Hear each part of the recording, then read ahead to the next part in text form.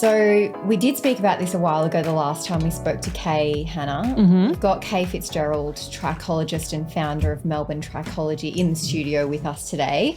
And she's going to do a proper analysis of my hair. For those that don't remember us talking about this, I went off the pill in February 2022. I started losing my hair probably 3 or 4 months after that. And I didn't start to panic about it until maybe October of 2022, because that's when I started noticing my hair had actually lost a lot of density. And when I was washing it, I was like, wow, this feels Lots coming out. thinner.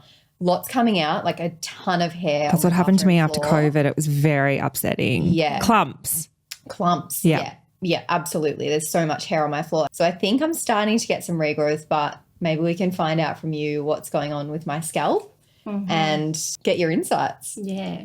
So does it feel like a little bit fuller up the top now? So it just felt weakened and like I could just pull it all out, whereas now it feels a lot stronger. I'm using Kerastase Genesis range.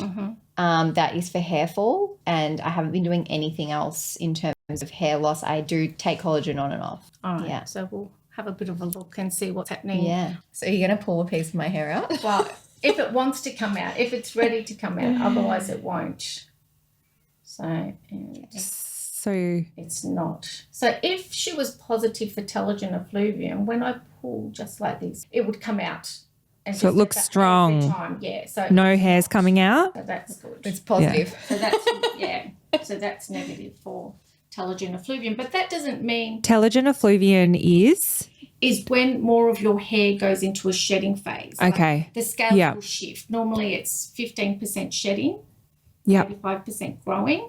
And sometimes post-COVID, That's what happened to me. stopping, starting medications, operations, trauma, stress can cause it to go into telogen effluvium. That's definitely what did you have that post-COVID? You never had COVID. You didn't get COVID? No. What the hell? I still can't believe That's a whole other. that. You must have had it and not known. Your hair's like a commercial. Appreciate that. Cool. So even when I'm running my fingers through like this, it's quite good. So what's this little device? This is a dermatoscope. So we get to see if there's miniaturized hairs. Isn't that cool? That is cool. Yeah. Wow. Coming out of a hair follicle. If you had oily scalp, if you had any sort of scalp issues. Doesn't even look like dry. It just looks normal. Looks quite good, yeah. Wow. A little bit of inflammation, a little bit pinky, but It does tend to feel a little bit itchy after I wash it. even though you're using beautiful shampoo, it may be that you need something a little bit different Yeah. to address the itchiness. I know you like Kerastase. They're Yeah. anti-pellicular.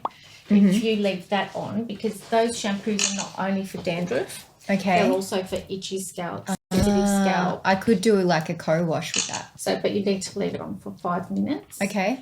And that will help settle down some inflammation. Yours is only mild. There's not a lot of miniaturization. So commonly, if someone has female pattern hair loss, or if there's a deficiency, a diet deficiency, particularly iron, the hairs can start to thin out. You know, often if there is shedding, if it doesn't sort of within 6 months recover, then we have to look at other underlying issues potentially. So we'd probably run pathology and check your bloods. What would you be looking for in blood tests?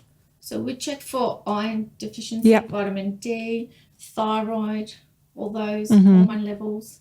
Things like now we're looking at the cuticle here. So this is the coloured part of my hair. This is the coloured part. So we want to see if there's any fraying.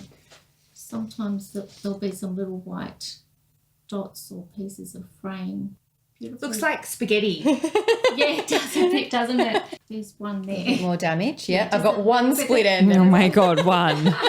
If that's not an ad for Kerastase, I don't know what is. What sort of things would you look out for with that machine that might affect someone's hair or scalp? I'm looking at inflammation on the scalp. I'm looking for some broken hairs, because sometimes alopecia areata can be diffuse. It's not always in patches. So it can present like telogen effluvium. Okay. So I'm checking to make sure that it's not alopecia areata, because if that's the case, we've got to do some quick action in terms of treatment. But your scalp was quite good. Okay. Do you think I'm over the telogen effluvium now? Do you think I'm on my rebound phase? No, you are. Okay, great. That makes me feel a lot better. Yeah. I was panicking there. Yeah, I know. For a period of I did it time. post-COVID and then it just stopped. One day I just stopped getting clumps of hair in the shower.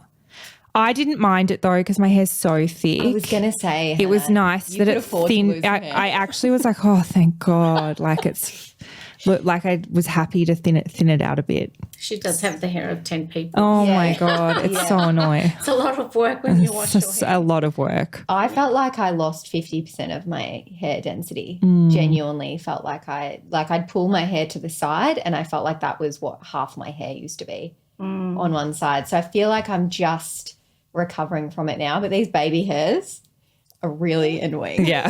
And it takes a about them. while to get the density back in your ponytail because Yes. your hair grows on average 1 centimetre a month. Mm. So it's going to, even though it starts to recover through the vertex here, to get that length down and feel like the ponytail is thick, it takes quite a while longer. But there's also the anti-shoot Aminaxil that Yes, can by help speed up Kerastase.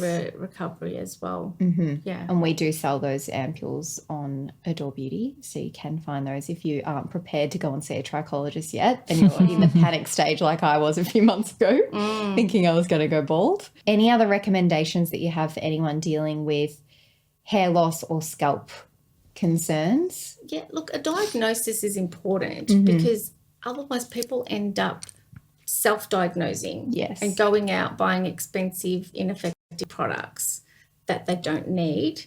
And everything is marketed so well and it's so believable. And, you know, through COVID, people were taking gummy bears and saying, you know, this is what cured my hair loss and it was going to recover anyway. So I think a diagnosis is important and don't panic because all of these things are quite treatable. I'm just trying to figure out what my new normal of my hair is going to be because I was on the pill for so long. I'm like, I was probably in this false sense of security of having really thick, luscious hair. Now I'm going to be dealing with hair that is falling out in the bathroom all the time. No, That's probably normal. No, that won't continue.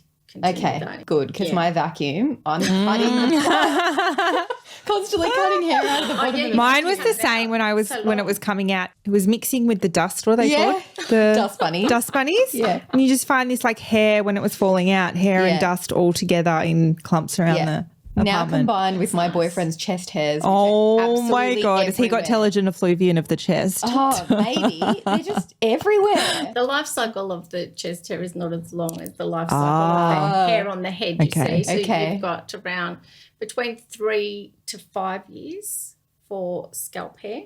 Yeah, and if you can grow your hair super long, then the life cycle potentially 7 years. Wow. But as we age, the life cycle reduces. So, for example, people with really long hair and they're quite old, if they were to cut their hair, they would never be able to grow it that length again. Ah. And there are lots of great products out there for the scalp, but the biggest contributor is genetics, diet, and other influencing things if you're not well. But Thank you so much for joining us today, you. Kay. We appreciate Thank you coming girls. I in. love coming in. It's been a long time. It has. Yeah, it's great. Thank you. So yeah, you don't have to worry about your hair. It looks good. Great. Thank you. Okay. Thanks.